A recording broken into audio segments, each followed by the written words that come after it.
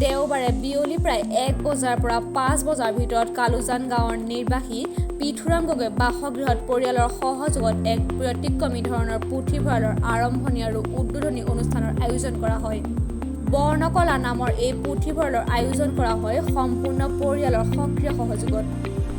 উন্মোচনী অনুষ্ঠানত আয়োজক পৰিয়ালে উক্ত পুথিভঁৰালটোৰ নামাকৰণত অসমৰ গ্ৰন্থ পঠন আৰু পঢ়ুৱৈ সৃষ্টিত প্ৰথিতযশা সাহিত্যিক হোমেন বুঢ়াগোহাঁইৰ স্মৃতি ৰক্ষাৰ্থে গঠিত হোৱা জনহিতৈষী পুথিভঁৰালৰ ধাৰণাৰে আগবঢ়োৱাৰ কথাও জানিবলৈ দিয়ে। দেওবাৰৰ এই উন্মোচনী অনুষ্ঠানত সভাপতিত্ব কৰে অৱসৰপ্ৰাপ্ত শিক্ষক ভুৱন দত্তই। সভাৰ উদ্দেশ্য ব্যাখ্যা কৰে পৰিয়ালৰ এগৰাকী সদস্য প্ৰত্যুষ গগৈয়ে।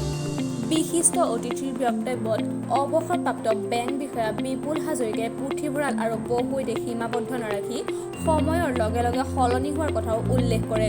আন এগৰাকী বক্তা ডিব্ৰু মহাবিদ্যালয়ৰ অধ্যাপক ডক্টৰ ললিত শইকীয়াই ই নতুন ধাৰাৰ সূচনা কৰাৰ লগতে গ্ৰন্থ অধ্যয়নতে ব্যস্ত ৰখাৰ উপৰিও প্ৰগতিশীল চিন্তা চেতনাক উজ্জীৱিত হোৱাক লৈ গ্ৰন্থৰ লগতে প্ৰায়োগিক শিক্ষাৰ প্ৰযোজ্য হোৱাকৈ আগবঢ়াই নিয়াৰ কথাও উল্লেখ কৰে।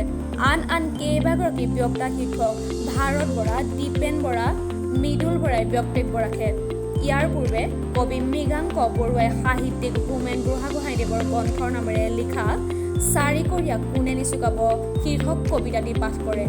অনুষ্ঠানৰ সামৰণিত জাতীয় সংগীতেৰে অনুষ্ঠান সামৰণি পৰে। গোলাঘাটৰ পৰা মৃগাংক বৰুৱাৰ ৰিপৰ্ট, নিউজ টুডে অসম।